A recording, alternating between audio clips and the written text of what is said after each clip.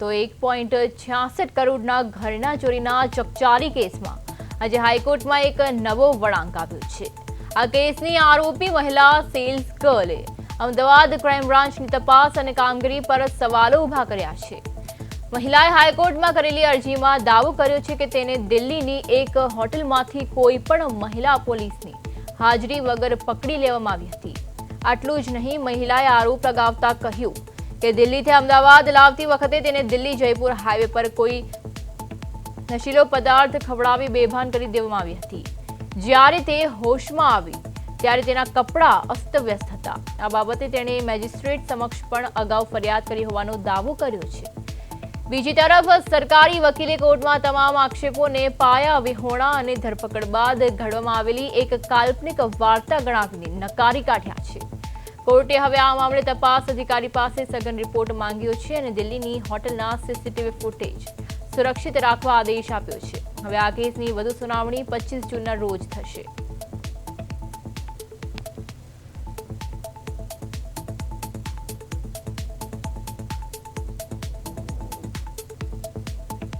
ત્યારે આજ સાથે આપણા સંવાદદાતા સ્મિત ઉપાધ્યાય જોડાઈ ગયા છે। જી સ્મિત, 1.66 કરોડ ચોરી કેસમાં જે નવો વિવાદ આવ્યો છે, શું છે સમગ્ર વિગત? વાત કરીએ તો દિલ્હીના અમદાવાદ નિકોલ વિસ્તારમાં 1.66 કરોડના ઘરેણા ચોરીના કેસમાં આરોપી જે મહિલા જે છે સેલ્સ ગર્લ જે છે તેના દ્વારા અમદાવાદ ક્રાઇમ બ્રાન્ચ ઉપર ગંભીર આક્ષેપો કરતા હાઈકોર્ટમાં અરજી કરી છે અને તેમાં તેને જે છે તે આક્ષેપ કર્યો છે કે તેને ક્રાઇમ બ્રાન્ચ માણેક ચોકથી નહીં પરંતુ દિલ્હીની હોટલમાંથી ઝડપી છે અને ત્યારે ક્રાઇમ બ્રાન્ચ પાસે કોઈ મહિલા પોલીસ ન હતી તેવો પણ આક્ષેપ કરવામાં આવ્યો છે। તેનો સોનાનો દોરો અને કેટલીક રોકડ પોલીસે પણ લઈ લીધી છે તેવું પણ કહેવામાં આવ્યું છે। પોલીસ કંઈક ખવડાવતા બેભાન થઈ હતી તેવું પણ તેના દ્વારા કહેવામાં આવ્યું છે। તેને કાળી સ્કોર્પિયોમાં દિલ્હીથી લઈ જવાઈ હતી તેવું પણ કીધું છે। જ્યારે દિલ્હી જયપુર હાઈવે ઉપર ક્રાઇમ બ્રાન્ચે તેને કંઈક ખવડાવ્યું હતું ત્યારે બેભાન થઈ ગઈ હતી। જ્યારે તે હોશમાં આવી ત્યારે તેને કપડાં અસ્તવ્યસ્ત હતા તેવું પણ તેને આક્ષેપ કરવા છે ક્રાઇમ બ્રાન્ચ ઉપર અને ત્યાંથી તે અમદાવાદ ડીસીપી ઓફિસ લઈ જવામાં આવી હતી। તે મેજિસ્ટ્રેટ સમગ્ર ઉપરોક્ત બાબત ફરિયાદ કરી હતી અને અરજી પણ કરવામાં આવી હતી પરંતુ આ અરજી નકારવામાં આવી હતી। જે રીતના 22 મે મેજિસ્ટ્રેટ કોર્ટના સમક્ષ રજૂ કરાઈ હતી જે સરકારી વકીલ છે તેના દ્વારા કહેવામાં આવ્યું હતું સામે સરકારી વકીલ દલીલ કરી હતી કે તેને સૌપ્રથમ રિમાન્ડ માટે મેજિસ્ટ્રેટ જે કોર્ટ જે છે તેને સમક્ષ રજૂ કરાઈ હતી ત્યારે તેને કોર્ટ સમક્ષ કોઈ ફરિયાદ ન હતી। રિમાન્ડ પૂર્ણ થતા 22 મેના રોજ જે છે તે મેજિસ્ટ્રેટ કોર્ટ સમક્ષ રજૂ કરાઈ હતી અને ત્યારે પણ તેને કોઈ ફરિયાદ ન કરી હતી। 2 વખત જે છે તે કોર્ટમાં રજૂ કરી ત્યારે કોઈ ફરિયાદ ના થઈ અને ત્યારબાદ ત્રીજી વખત જે કોર્ટમાં રજૂ કરવામાં આવી કોર્ટ સામે સમક્ષ કરવામાં આવી ત્યારબાદ જે છે તેની ક્રાઇમ બ્રાન્ચ ઉપર મોટા આક્ષેપો કરવામાં આવે છે।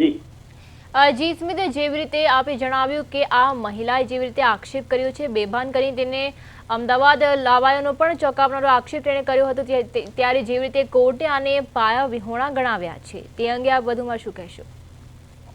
વધુમાં વાત કરીએ તો અરજદાર વકીલે જણાવ્યું હતું કે 22 તારીખે જે મેજિસ્ટ્રેટ કોર્ટમાં અરજી કરાઈ હતી ને કોર્ટ તપાસ અધિકારીએ નોટિસ પણ પાઠવવામાં આવી હતી। અરજદારે 22 તારીખે જે વકીલ રોકાયા હતા જો કે સરકારી વકીલે કહ્યું હતું કે અરજદારના ક્રાઇમ બ્રાન્ચ ઉપરના આક્ષેપો જે છે તે આ પાછળની ઘડી નકેલાયેલી એક વાર્તા છે, એક વાર્તા કહેવામાં આવી છે। આ જે સેલ્સ ગર્લ હતી તેના ઉપર જે રીતે પહેલી વખત જે પ્રોડક્શનમાં આરોપીને કહ્યું હતું કે અને હવે આવા આક્ષેપો જે છે તે ઉપર ધ્યાન અપાશે તો બધા આરોપીએ આવા આક્ષેપ કરશે તેવું પણ જે છે સરકારી વકીલ દ્વારા કહેવામાં આવ્યું છે। તેઓએ પ્રોડક્શન વખતે કેમ ન કહ્યું એવું પણ કહેવામાં આવ્યું છે। જે વખતે પહેલી વખત જયારે હાઈકોર્ટમાં તેને રજૂ કરવામાં આવી માણેક ચોકથી જે ધરપકડ કરવામાં આવી છે ત્યારે તેને એવું કંઈ ના કહ્યું પરંતુ તેને ક્યાંક ને ક્યાંક કોઈએ તેના વકીલ જે છે જે સેલ્સ ગર્લના તેના દ્વારા ક્યાંક ને ક્યાંક ઢોળવામાં આવ્યું ક્યાં તો કેસને વળાંક ન આપવાનો એક પ્રયત્ન કરવામાં આવ્યો છે જેથી કરીને જે છે તે આખી જે તપાસ જે છે તેમાં ક્યાંક ને ક્યાંક વિલંબ થઈ શકે।